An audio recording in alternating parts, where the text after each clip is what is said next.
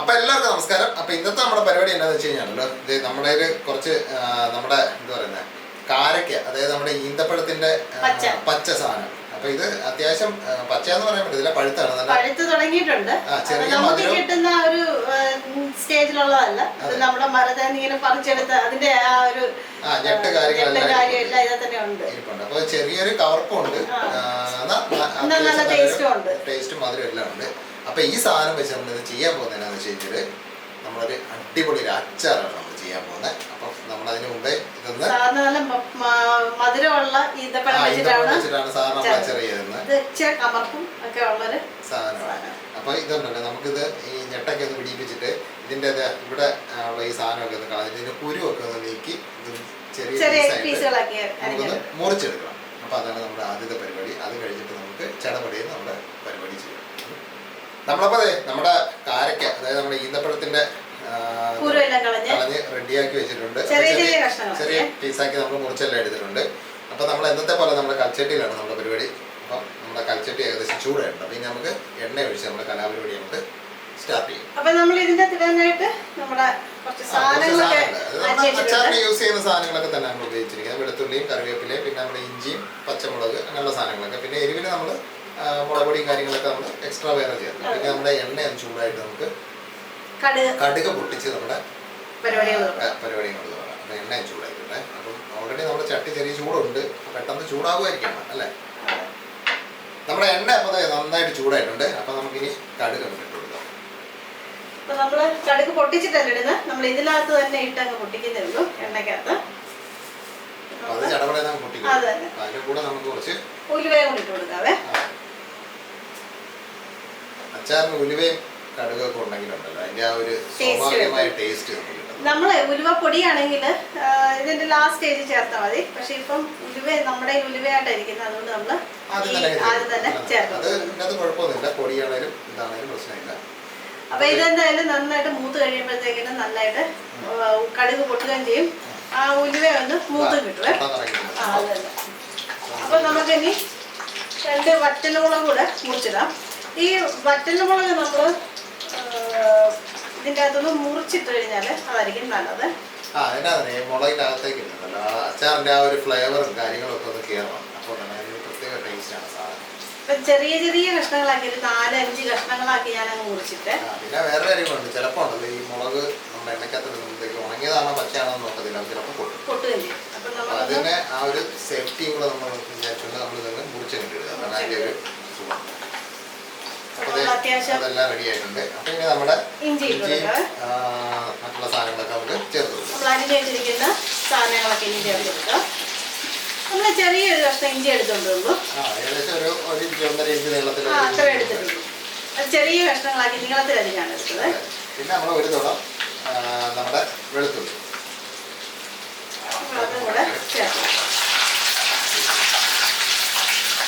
ഇനി നമ്മൾ 2 പച്ചമുളക് എടുത്തിട്ടുണ്ട്. അത്യാവശ്യം എരിയുള്ള പച്ചമുളക് തന്നെയാണ്. പക്ഷെങ്കിൽ ഈ അച്ചാറിന്റെ കൂടെ പച്ചമുളക് കൂടെ കിടക്കുമ്പോഴല്ലോ നല്ലൊരു ടേസ്റ്റ് ആണ്. അതുകൊണ്ട് പച്ചമുളക് കൂടെ ചേർക്കും. നമുക്കിവിടെ കാന്താരി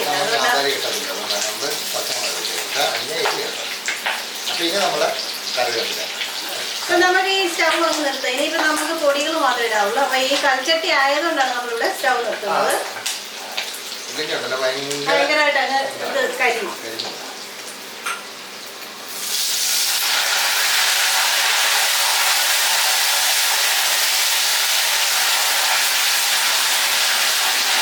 നല്ല മണം വരുന്നുണ്ട് ഈ കറിവേപ്പില ഇട്ടപ്പോഴത്തേന്.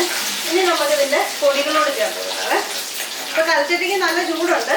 ചൂട് കുറവാണെങ്കിൽ മാത്രം നമുക്കൊന്ന് തീ കത്തിച്ച് കൊടുക്കാം. പിന്നെ നമുക്ക് നമ്മുടെ മഞ്ഞപ്പൊടി ചേർത്ത് കൊടുക്കാം. മഞ്ഞപ്പൊടി നമ്മൾ 1 ടീസ്പൂണോളം ചേർത്തിട്ടുണ്ട്. പച്ചമുളക് കാശ്മീരി മുളക് പൊടിയാണ് ചേർക്കുന്നത്.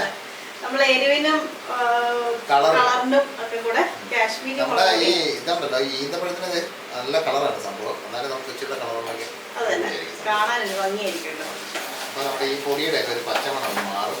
അപ്പൊ അതിനുശേഷം നമുക്ക് നമ്മുടെ ഉപ്പ് കാര്യങ്ങളൊക്കെ ചേർക്കണം. അത് നമുക്ക് ഇത് ഇട്ടിട്ട് ഉപ്പ് ചേർത്താൽ മതി. അപ്പൊ നമുക്ക് അതിന്റെ ഒരു ഐഡിയ കിട്ടും. അപ്പൊ നമുക്കിനി കായപ്പൊടിയും കൂടി ചേർത്ത് കൊടുക്കാം. അതെ, ഇനി നമ്മൾ ഉപ്പ് മാത്രമേ ഉള്ളൂ ചേർക്കാനായിട്ട്. ബാക്കി എല്ലാ പുളിക്കുള്ള ഇതും കൂടെ ചേർക്കാം. നമ്മുടെ പരിപാടി ഏകദേശം അത്യാവശ്യം കഴിയും. അപ്പൊ നമുക്ക് ഇത് ഇനി പതുക്കെ നമുക്ക് ഇതിനകത്തോട്ട് ഇട്ട് കൊടുക്കാം.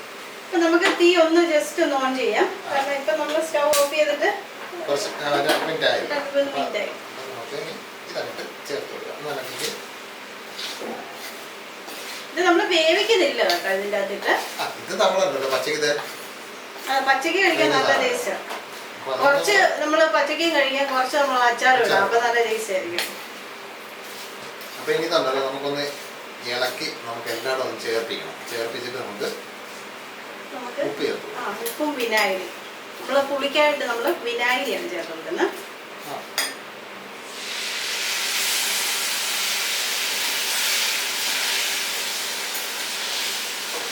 ഗ്രേവി കൂടുതൽ വേണമെന്നുണ്ടെങ്കിൽ നമുക്ക് അധികം കുറച്ചുകൂടെ എണ്ണയൊക്കെ ചേർക്കാൻ. മാക്സിമം എണ്ണ കുറച്ച് അച്ചാർ എന്ന് പറയുമ്പോഴത്തേക്കുണ്ടല്ലോ നമ്മളിപ്പോ കടകളിൽ നിന്നൊക്കെ വാങ്ങിക്കുന്നതാണെങ്കിൽ അത് എണ്ണ ഭയങ്കരമായിരിക്കും. ഇപ്പൊ നമുക്കിനി ഉപ്പ് ചേർത്ത് കൊടുക്കാം. ഉപ്പ് നമ്മൾ കുറച്ചേ ചേർക്കുന്നുള്ളൂ. എല്ലാം നമ്മൾ കുറച്ച് ചേർക്കുന്നുള്ളൂ. കാരണം നമ്മളുടെ ആവശ്യത്തിന് വേണ്ടിയുള്ളതല്ലേ. നമ്മളിപ്പം മാർക്കറ്റ് ചെയ്യാനെന്നുള്ളതല്ലേ. മാർക്കറ്റ് ചെയ്യാനൊക്കെ ആണെന്നുണ്ടെങ്കിൽ നമ്മൾ കുറച്ച് കൂടുതൽ ദിവസമൊക്കെ വെച്ചേക്കാനാണെങ്കിലൊക്കെ കൂടുതൽ ഈ വിനാഗിരിയും കൂടുതൽ കുറച്ച് കഴിയുമ്പോഴത്തേക്കാണല്ലോ ഇതിൽ നിന്ന് കുറച്ച് വെള്ളം വരും. അപ്പൊ അതല്ല നല്ലൊരു ഗ്രേവി കിട്ടും. അപ്പൊ അതുകൊണ്ടാണ് നമ്മളിത് എടുത്ത് ഫ്രിഡ്ജിൽ വെക്കുവാണെങ്കിൽ പോലും ഒരു ദിവസം കഴിഞ്ഞതിന് ശേഷം മാത്രമേ എടുത്ത് ഫ്രിഡ്ജിൽ വെക്കാവൂ. ഇത് 2 ദിവസം ഇരുന്നാലേ ഇതിലോട്ട് നമ്മുടെ ആ ഉപ്പും മുളകും ആ എരിയും അതെല്ലാം പിടിച്ച് അതിനകത്തുനിന്ന് ആ വെള്ളം ഇങ്ങനെ ചെറുതായിട്ട് ഇറങ്ങി വരണം. അതാണ് അതിന്റെ സ്വാഭാവികമായ ടേസ്റ്റ് വരുന്നത്. അപ്പൊ നമ്മൾ ഇതിനകത്ത് വേറെ വെള്ളം ഒന്നും ചേർക്കണ്ട കേട്ടോ. ഇങ്ങനെ നമ്മൾ ഡ്രൈ ആയിട്ട് തന്നെ എടുത്തു വെച്ചാൽ മതി. അപ്പൊ 2 ദിവസം കഴിയുമ്പോൾ ഇതിന്റെ അകത്തുനിന്ന് സ്വല്പം വെള്ളം ഇറങ്ങി. ഇത് ഈ ഒരു സീസണിലാണ് നമുക്ക് ഈ സാധനം കിട്ടുന്നത്. കാരണം നമ്മൾ സാധാരണ എന്താ പറയുന്നത് ഈ ഈന്തപ്പഴമായിട്ടാണല്ലോ നമുക്ക് കിട്ടുന്നത്. ഈന്തപ്പഴ അച്ചാറൊക്കെ നമുക്ക് നമ്മുടെ വീടുകളിൽ മധുരവും നമ്മുടെ ഇവിടുത്തെ ഇതിൽ പറയുന്ന കട്ട മീട്ട എന്നൊക്കെയുള്ള ആ രീതിയിൽ നമുക്ക് കിട്ടും. പക്ഷെ ഇത് ഈ സാധനം കാരക്ക പിന്നെ അതായത് പച്ച ഈന്തപ്പഴം. അപ്പൊ ഇത് കിട്ടുമ്പോഴത്തേക്ക് എന്തായാലും ഇതുപോലെ തയ്യാറാക്കി നോക്കിയാൽ ഉറപ്പായിട്ട് നിങ്ങൾ അടിപൊളി ടേസ്റ്റ് ആണ്. എന്തായാലും കൊള്ളാം. നമ്മൾ ആദ്യം ചിലപ്പോൾ കുറച്ച് ക്വാണ്ടിറ്റി ഉണ്ടാക്കുന്നെങ്കിൽ കൂടുതൽ ക്വാണ്ടിറ്റി ഉണ്ടാക്കി വരും. കാര്യം അമ്മാതിരി ടേസ്റ്റ് ആയി സാധനത്തിന്. നമ്മൾ ചോറിൻ്റെ കൂടെയോ അല്ലെങ്കിൽ ചപ്പാത്തിയുടെ കൂടെയൊക്കെ ഒരു സൈഡ് ഡിഷൊക്കെ ആയിട്ട് നമുക്ക് യൂസ് ചെയ്യാൻ പറ്റും. അപ്പോൾ എന്തായാലും തയ്യാറാക്കി നോക്കിയോ. ഇനി ആരെങ്കിലും തയ്യാറാക്കിയിട്ടുണ്ടെങ്കിൽ അവരൊന്ന് കൈപൊക്കി നമ്മുടെ എന്താ പറയുന്നത് അഭിപ്രായം ഇത് കമൻറ്റ് ചെയ്യുക. പിന്നെ വീഡിയോ ഇഷ്ടപ്പെട്ടെങ്കിൽ ഒന്ന് ലൈക്ക് കൂടി ചെയ്യുക. അതെ, ആദ്യമായിട്ട് കാണുന്നവരൊക്കെ ഉണ്ടല്ലോ നമ്മുടെ ആ ചാനലൊക്കെ ഒന്ന് സബ്സ്ക്രൈബ് ചെയ്താൽ തൊട്ടടുത്തുള്ള ബെല്ലൊക്കെ ഒന്ന് ഓൺ ചെയ്ത് വെക്കുക. പിന്നെ ഫ്രണ്ട്സിനും ഫാമിലിക്കും ഒക്കെ ഒന്ന് ഷെയർ ചെയ്ത് കൊടുക്കുക. അഭിപ്രായ നിർദ്ദേശമൊക്കെ ഒന്ന് പറയുക. അപ്പോൾ നമുക്ക് ഇതുപോലത്തെ നല്ല വ്യത്യസ്തമായ പുതിയൊരു റെസിപ്പി ആയിട്ട് നമുക്ക് നാളെ കാണാം. അപ്പോൾ എല്ലാവർക്കും ഇന്നത്തേക്ക് തൽക്കാലം ബൈ.